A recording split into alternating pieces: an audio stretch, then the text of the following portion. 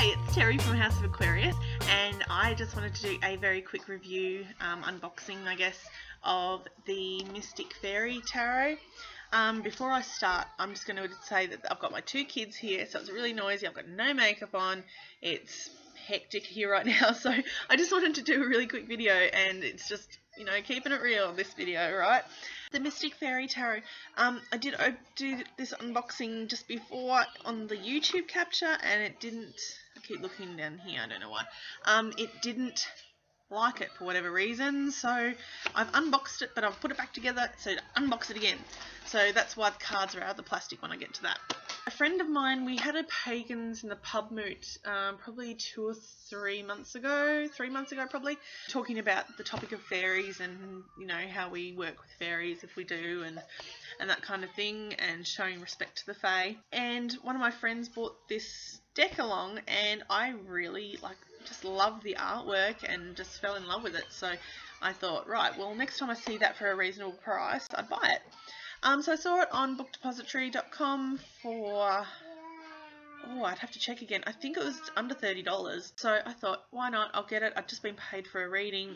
Why not increase my tarot decks? Because I have heaps of oracle card decks, but I only have about 3 tarot decks. So add into the collection. And sometimes with my working deck, like usually I'll use the Gilded Tarot. Lately that's been a bit tired, so I've been using the Witch's Tarot, because sometimes I just find that my decks tend to, the energy just drops off, and it's not happy with me working with it for that time, or that reading in particular, or something like that. So it's, you know, it's, if I'm finding the cards really hard to interpret, then I find that that's the time when I need to pull back a bit and try a different deck. Without further ado, let's unbox this thing. The blurb on the back says, imagine yourself in a long forgotten garden. The grass shimmers and whispers, colourful wildflowers seesaw lazily in the breeze. A meandering path invites you to venture further into the enchanting world of fairies, sprites, elves and nymphs, to discover the magic and possibility in your own life.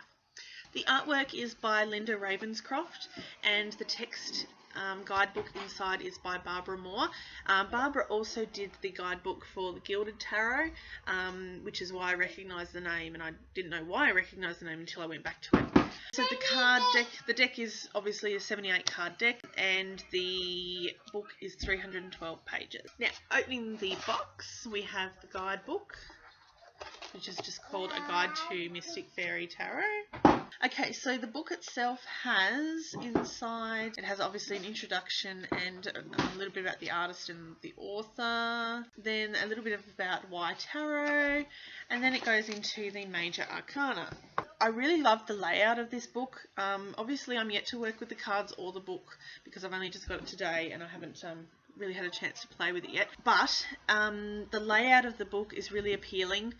It's very clean, very simple, very uncluttered, so it makes it really easy to read, and as you can see, it's got a picture of the card, so there's the full, and then on the next double spread of pages there's the fairy story and the message that the card brings. So for example, the Fool, in the Fool's Garden you are surrounded by enchanting choices that will vanish if you become distracted by analysis. This is not a time to make a list of pros and cons, rather it's a time to have childlike faith in the yearnings of your heart and follow your dreams. So it makes it really, really great, especially if this is your first tarot deck and you've not read tarot before.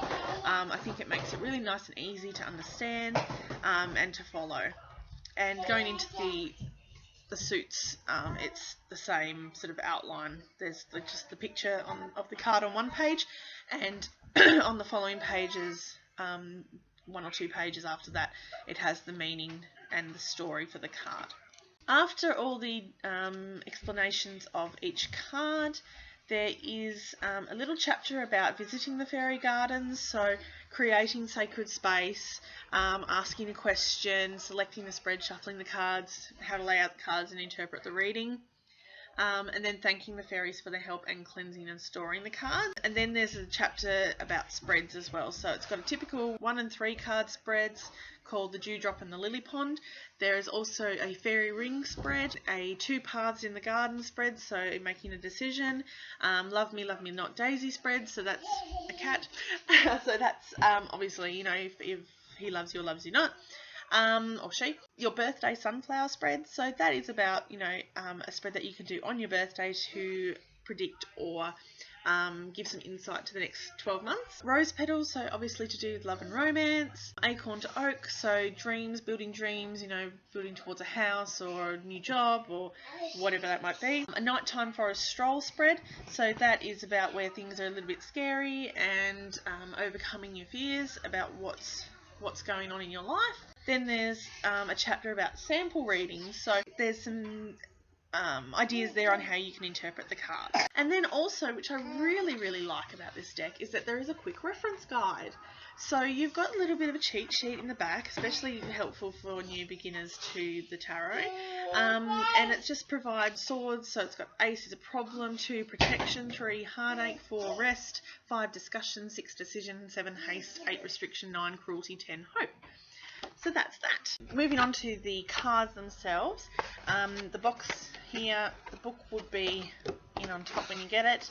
And when you remove the book, you've got the cards there and this little boxy piece. The one thing I'd noticed as soon as I took that book out was, considering how beautiful the cards are, I would have really loved to have seen like a little organza bag. Just a cheap little organza bag, like a gold colour or something, or green or something like that. But instead, you just get, I've already separated this, but you just get this piece like that in the bottom of the box, and you can remove this bit, and you've got a little box to keep your cards in if that's what you would like. As I said, I think I would have preferred to have seen like a little organza bag or a little, you know, just one of those little pull string bags. I've probably got one here, a little something like this, but even just that organza-y stuff that my cats love to chew. It would have been really nice to have seen something like that instead of just a white cardboard box, but that's just me. But getting on to the cards, which is the most important thing, I guess. There's 2 cards extra in here that have a fairy greeting and a fairy farewell.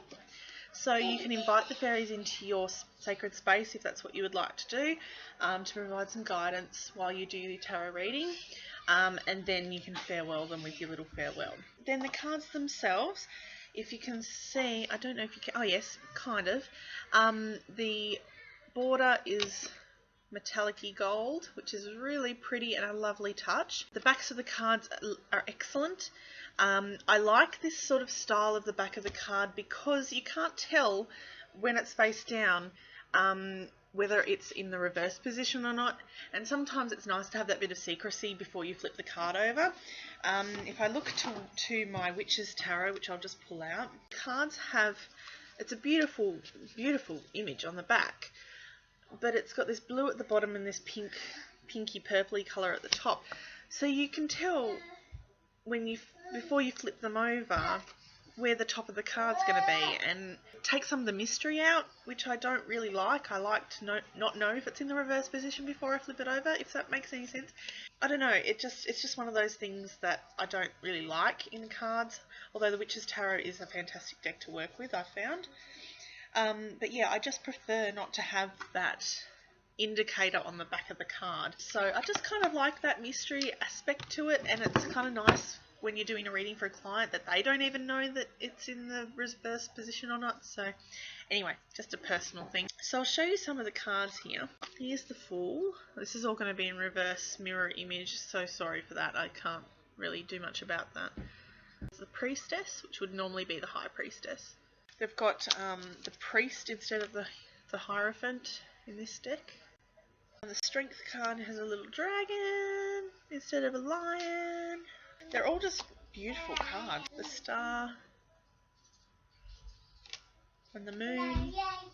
They really appeal to my aesthetic eye. I really love them. And then through the actual suits, there's sort of a theme that's followed. So I'll show you with the wands, for example. I mean, obviously, other than the theme that they are all wands, there's sort of like, it's a little story. So there's